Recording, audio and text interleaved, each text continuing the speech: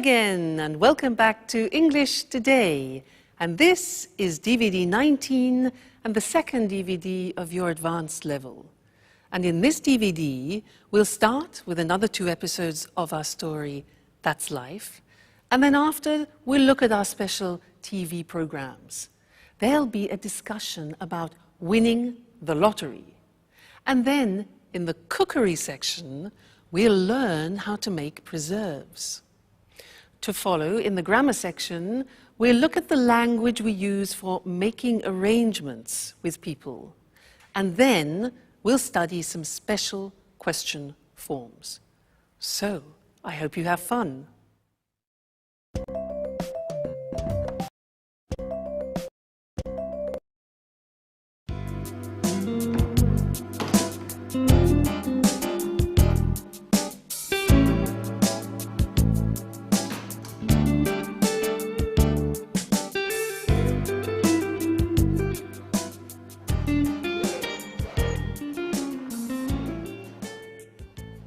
Here we are, home sweet home. I would have preferred to stay away just a little bit longer. Oh my God, look at the mess. Look at this place, and look at the dust. Oh, I don't even know where I'm going to begin. Oh, calm down, Anne. One thing at a time. Let's just have a look at the post to start with. Electricity bill, heating bill, telephone bill. I can't believe there are only bills to pay. I'll open them later. Coming home from holiday is stressful enough as it is. Oh, here's a letter from Sharon. Let's see what she has to say. I'll tidy up later.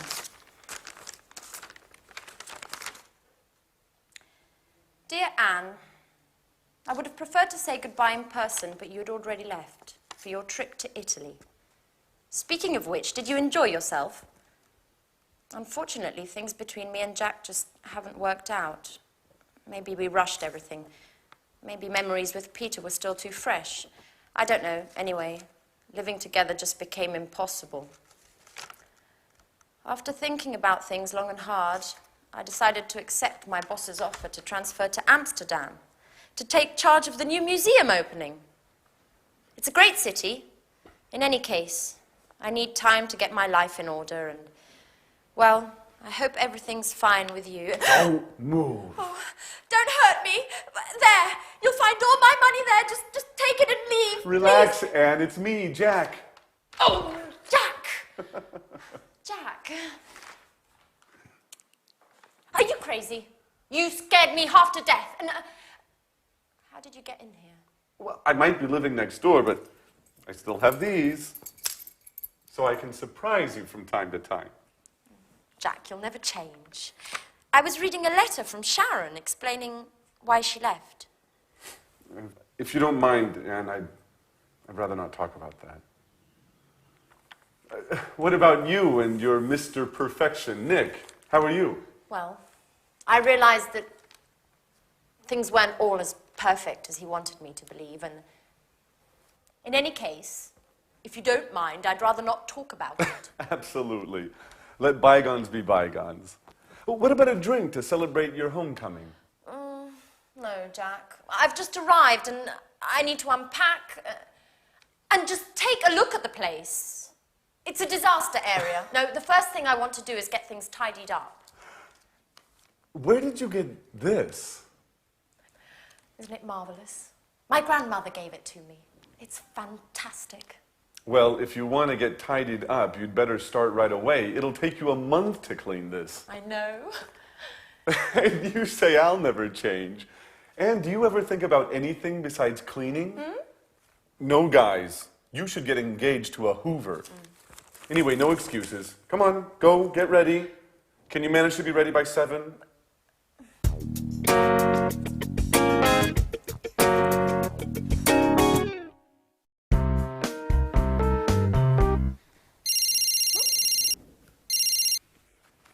Hello?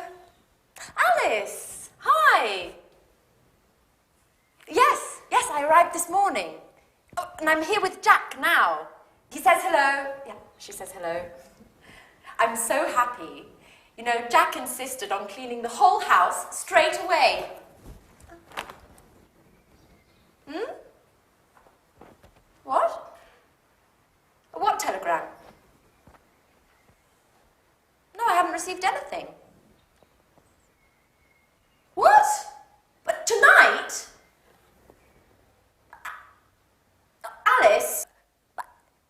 No, no, yes, Alice, but you should have given me some advance notice. Okay, yes, fine. I'll see you at the airport at 9. What do you mean at the airport? What did Alice have to say? She's arriving tonight at 9 o'clock. For good. And she's bringing a surprise. Wow, well that is good news. What, together again? All for one, one for all? Isn't that great, Anne? Yep, fantastic.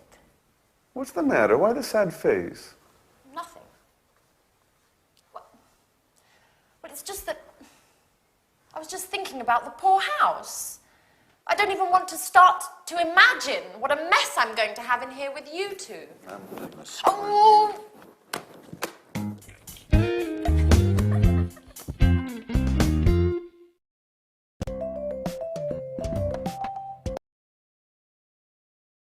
Hello, and welcome back to your live English language TV program.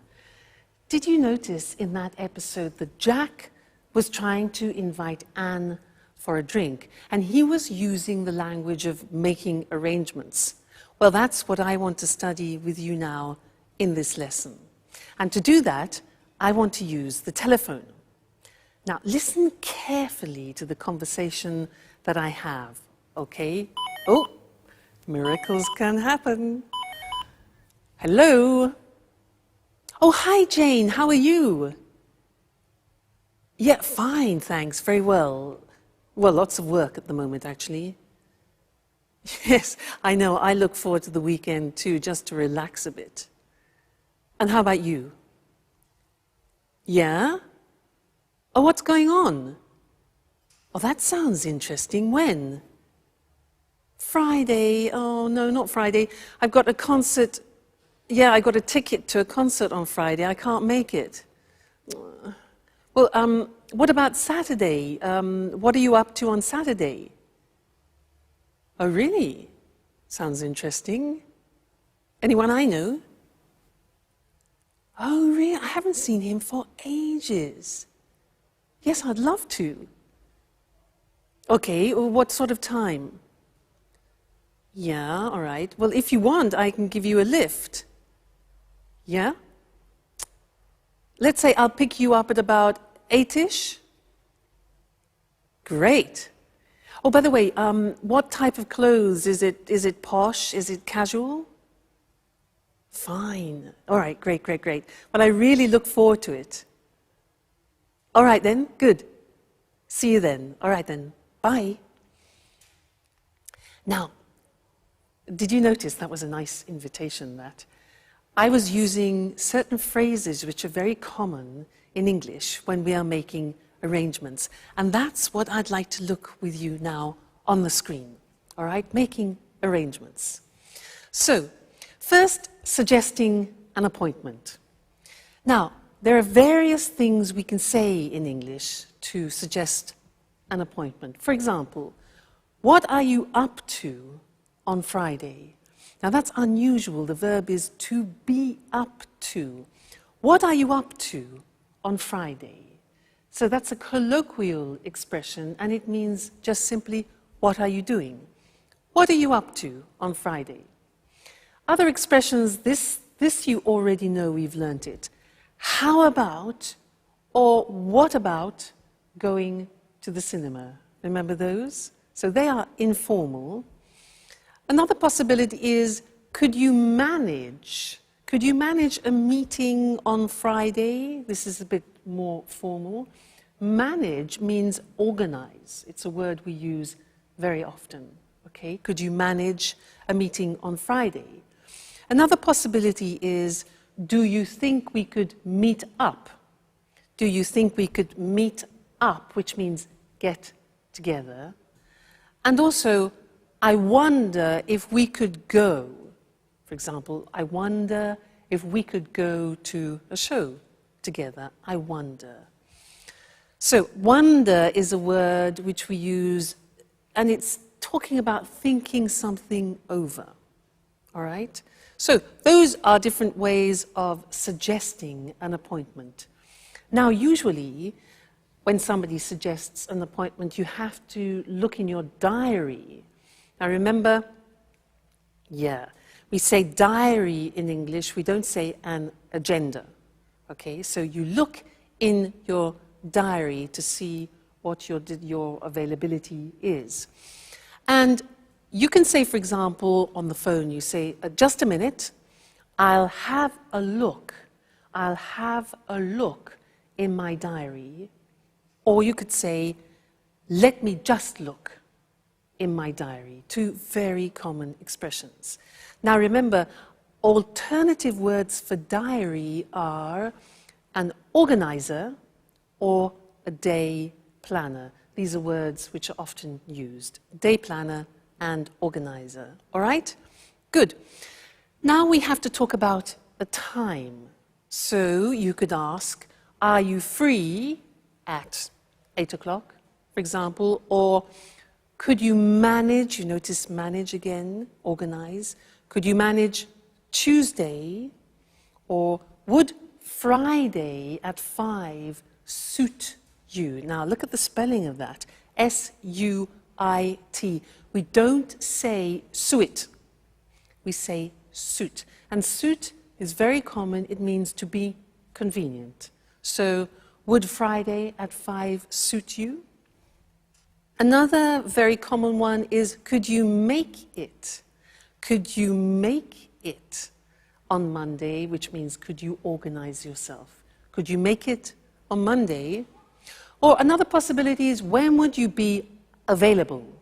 Available. More formal, when would you be available? All right?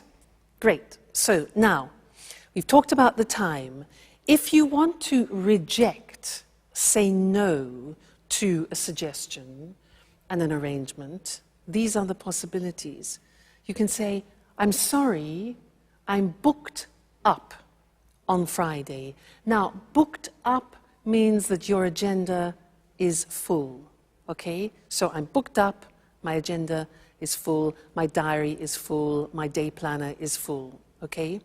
So, you can also say, I'm afraid I'm busy on Friday. I'm afraid. Now, I'm afraid means unfortunately. It's the same meaning. Unfortunately, I'm busy on Friday.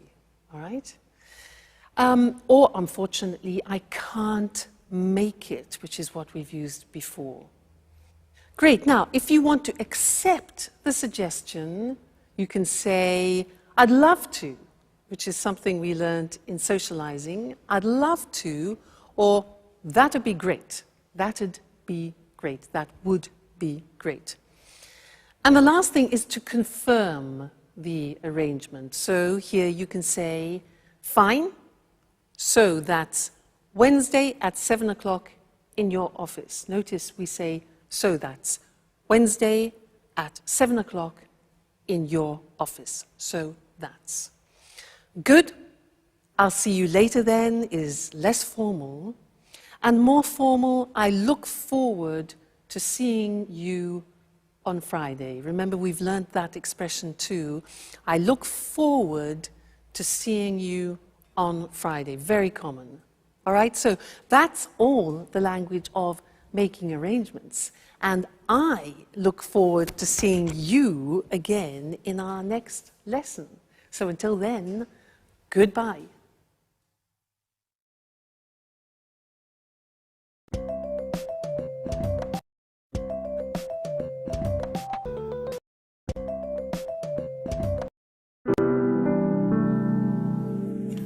I just don't understand, Alice. Why did you leave the job you were doing with your father? Had you started arguing again? No, well, Not exactly. You know, working with my father is very difficult. We just have a completely different artistic view of things. And you know how I am.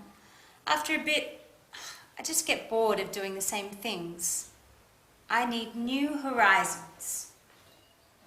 Well, what's wrong with working on a set? Wasn't it satisfying enough?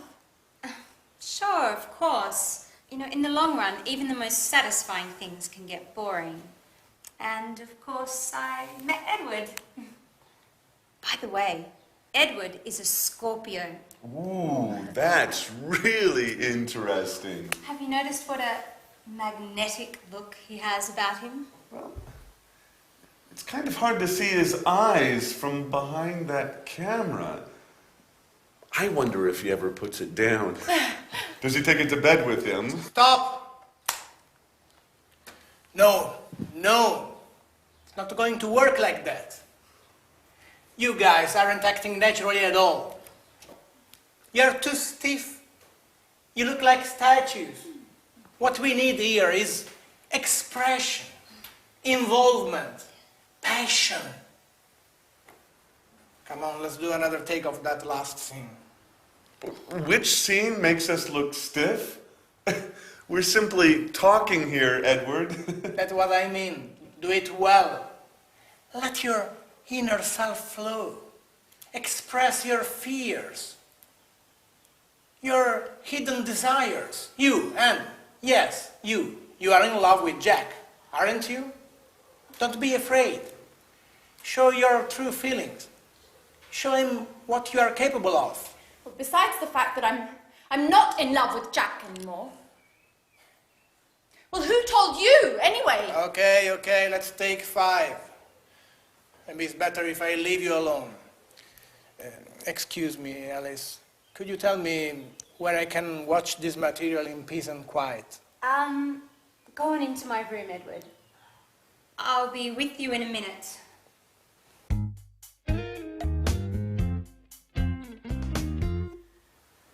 Okay, Alice. Could you tell me what the hell you said to him? Just the truth. When Edward told me about his love of reality shows, I jokingly told him he had to meet you guys because life in this house was more exciting than a soap opera. He asked me why, and I told him everything. Okay, what exactly do you mean by everything? Well, about you and Peter and how you fought over Sharon, and about Anne's unrequited love for you and how she discovered your relationship. In other words, all the emotional goings-on of recent. Oh my God, Alice. What got into you? This is so embarrassing. You know damn well I'm reserved about these things. What am I supposed to do now? Just be yourself. There's nothing easier, is there? What's the matter? Nothing's the matter for you, that's for sure. We're the ones that end up looking ridiculous. Just for the record, what is Edward planning to do with all of this interesting material? What does he do for a living? Edward is a director, a great director. And as far as your other question is concerned, that's a surprise. I can't say anything yet. At any rate, you'll find out soon. My God, Alice. Your surprises are starting to trouble me.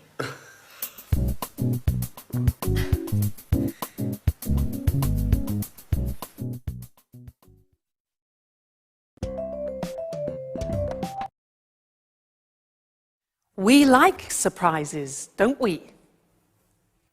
Now, questions.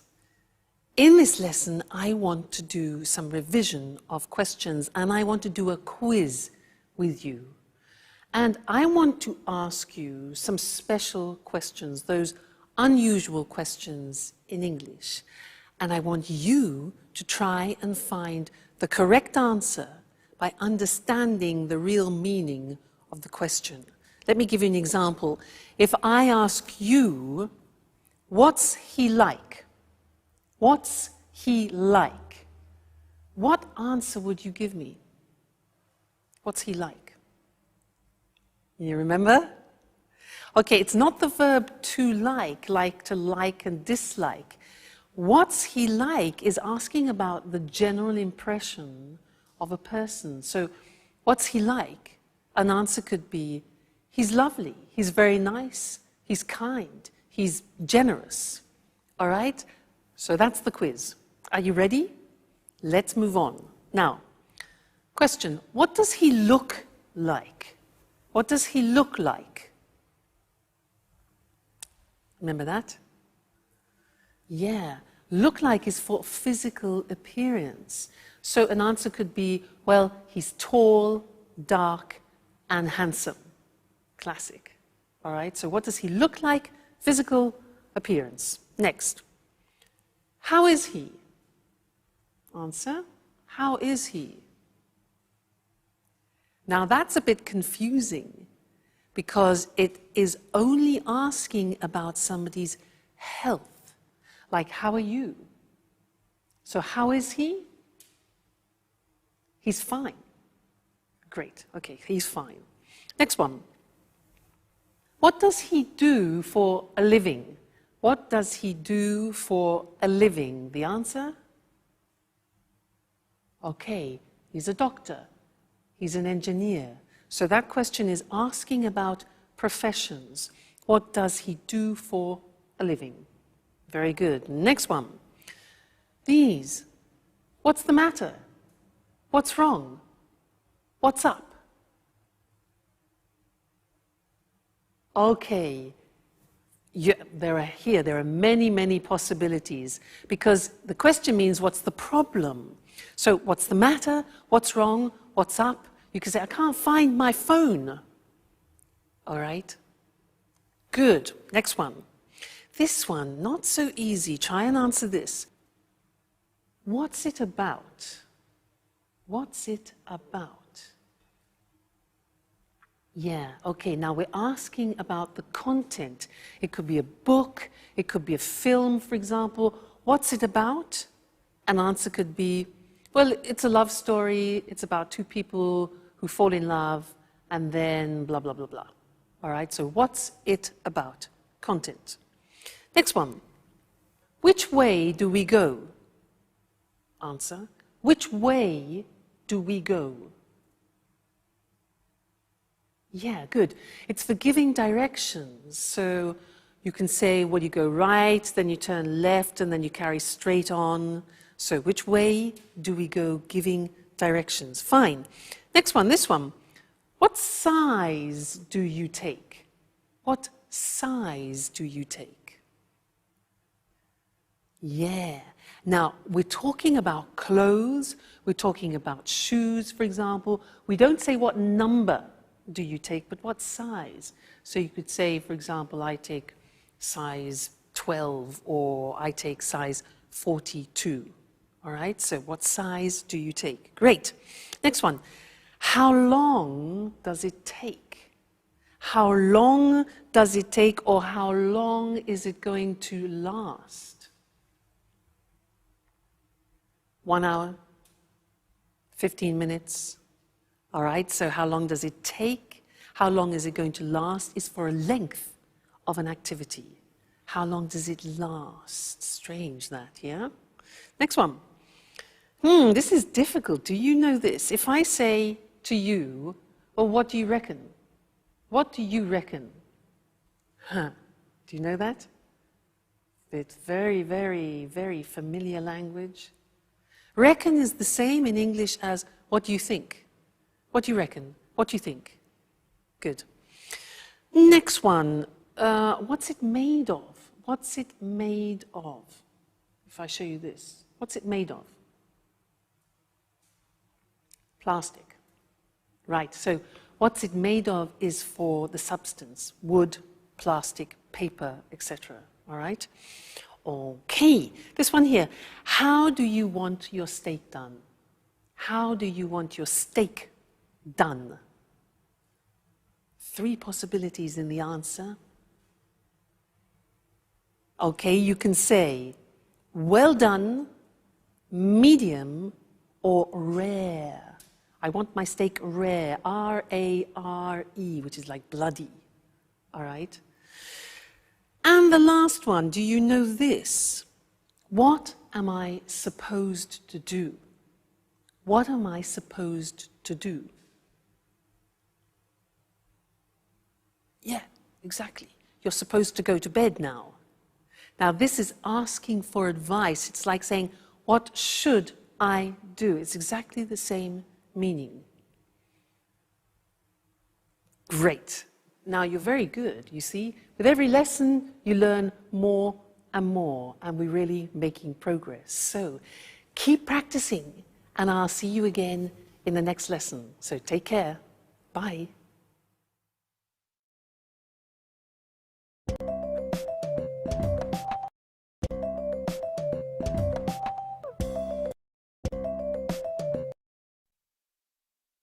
Hello, everyone. Welcome to Let's Talk, the evening discussion program with our two commentators, Tom and Marie. Good evening, everyone. Good evening. What have you got in your hand, Tom? Well, I bought a lottery ticket on my way here to the studio. I thought I'd try my luck. You know, the first prize is £20 million at the moment. Ooh, quite a penny or two. And what would you do if you won £20 million? Well, I think the first thing I would do would be to set off to the Caribbean to veg out for a couple of weeks, just to give myself time to think about what to do next. Any ideas at all? Well, I'd certainly want to have a good time just after winning anyway, but I wouldn't fritter away all the money on parties and things. Sounds sensible. And you, Marie, if you won £20 million, what would you do? What I'd love to do is start up my own business. I wouldn't want to stop working altogether, but I'd really want to be my own boss for a change. Oh, what sort of business would you get into? I think I'd buy a big country house and convert it into a hotel. Not too big a place, I guess. I might not have enough money. Would you give some of your winnings away? But of course, I'd give some to my relatives, my sister anyway, and my mum and dad too. I don't know about the others. I certainly wouldn't skimp on Christmas presents anymore. Well, I'd donate some to charities, some to AIDS charities that work in Africa, and some to cancer research. I'd invest some of it pretty soon after winning to make sure I didn't spend it all. Do you think all that money would bring any problems? Well, I've heard you get a lot of letters from people begging for money. I wouldn't be too keen on that. I guess you may suddenly find yourself surrounded by lots of new friends, or some old ones may show up again too. Am I being too cynical? No, Tom. I think you're right. And lots of people would try to give you advice on how to invest the money. You'd have to be really careful about who you trusted. Winning huge amounts of money can destroy people's lives if they can't handle the changes all that money brings. That's true. And aren't state lotteries just another form of taxation? An unfair, hidden form of taxation. Poorer people spend lots of money buying tickets with very little chance of winning. I don't think government should be involved in selling dreams through lotteries. Well, maybe you're right, Eric. Lotteries sell illusions, but tonight, I want to dream. Okay, Tom, keep on dreaming them. Good luck for the draw, and goodbye to you and Marie. Goodbye. Goodbye. Would you like to win £20 million? Well, think about it, and we'll see you again next time for another discussion of Let's Talk.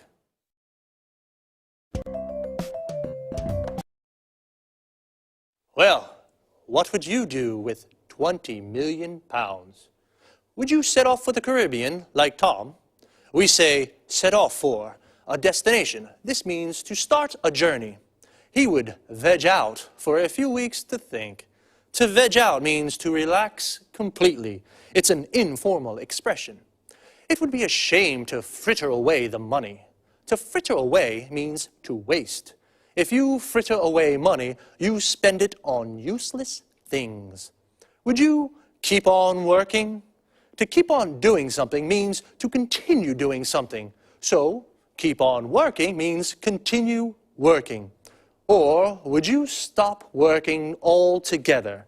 If you stop doing something altogether, it means you stop completely. I would start up my own business like Marie.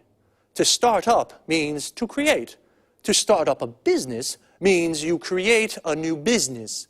I'd like to be my own boss. This means work for myself. Are you your own boss, or do you work for someone? Would you like to start up a business? What would you get into? To get into something means become involved in something. I'd probably start up a record shop. I'd like to get into the music business. I'd probably donate some money to charity. Donate to charity means give to charity. Would you donate any of your winnings? Your winnings is the money you win. I guess, though, unexpected people may show up if you suddenly won so much money. To show up means to arrive. And as Marie said, lots of people may start begging for money. When you beg for something, you ask for it desperately. Perhaps I'll try my luck and buy a ticket too. See you next week, or if you don't see me, then it means I've won. Bye.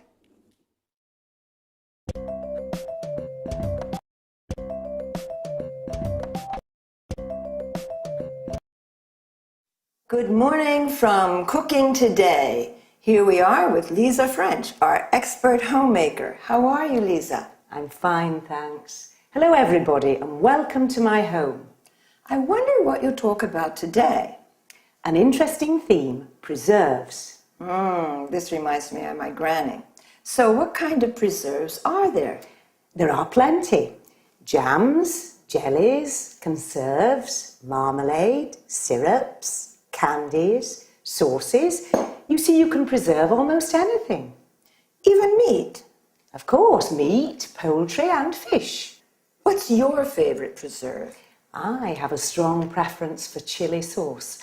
On the whole, I find sweet and sour food particularly tempting. I don't really fancy the two flavors together. As they say, differences are the spice of life. Anyway, what are the actual ingredients for chili sauce?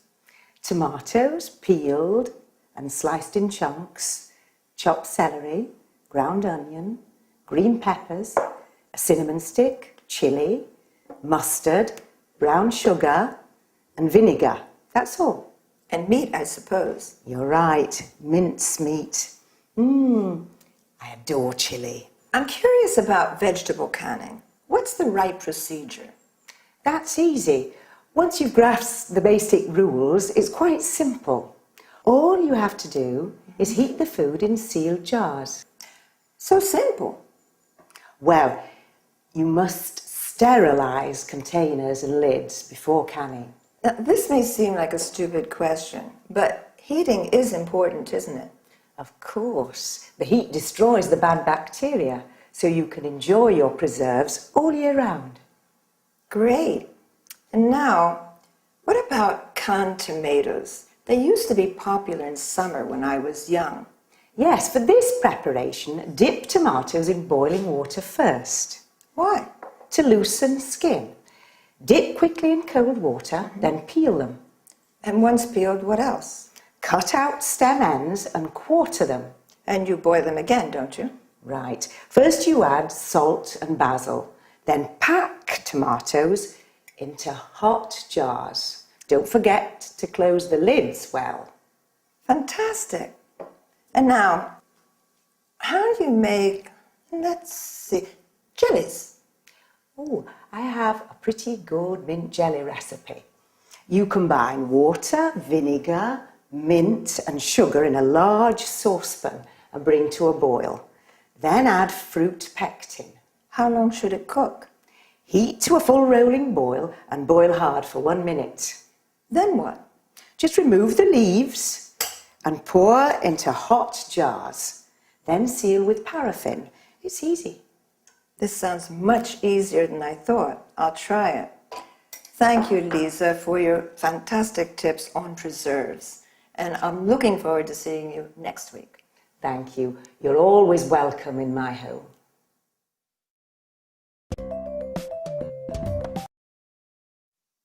Let's look at the language of the dialogue. A preserve is one of the various methods to store food for a long time, such as canning, drying, bottling, freezing, and so on. Lisa gave examples of food preserves. Jam comes from cooking fruit with sugar. Notice that jam is also used when you're stuck in one place in a traffic jam. Jelly is food made from gelatin. Well, not only food. Even your legs can be wobbly like jelly when you're afraid. Marmalade is jam made from oranges, while conserve is jam containing large pieces of fruit. Syrup is made from fruit pulp, sugar, and water. And candy is fruit cut into small pieces and boiled with sugar and dried. In the US, candy means sweets in general. And finally, a sauce is made from fruit or vegetables boiled into a thick liquid. The adjective saucy is used to mean also impertinent person. When you make preserves, make sure you have sterilized jars and check if the lids are well sealed. Canning is also used to mean the same technique, but a can is made of metal. Lisa said that sweet and sour is her favorite flavor. This is typical of Chinese cooking, where dishes can be sweet and sharp due to the addition of vinegar. Then, talking about food preparation, Lisa used chop, which means to cut into small pieces or chunks. Slice, that is, cutting into flat pieces. Grind, which means to cut into fine powder, as with coffee and pepper. And quarter, cutting into quarters, for example, an apple or a tomato. Then, regarding boiling, we say bring to a boil, or to a full rolling boil, or boil hard. I finished for today. Look after yourselves. Bye.